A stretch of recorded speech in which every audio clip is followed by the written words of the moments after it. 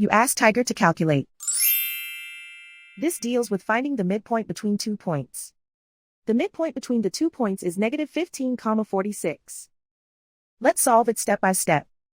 Plot the 2 points and calculate the midpoint using the formula. The coordinates of point 1 are, x1 equals -19, y1 equals -4.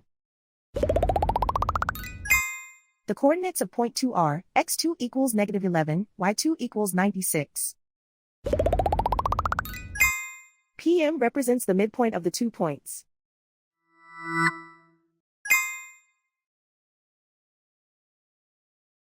Use the x values in the midpoint formula to find the midpoints x. x1 equals -19. x2 equals -11. Simplify the arithmetic.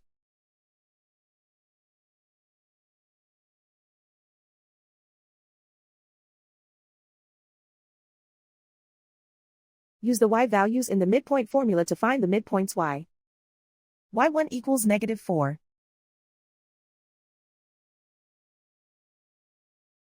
y2 equals 96. Simplify the arithmetic.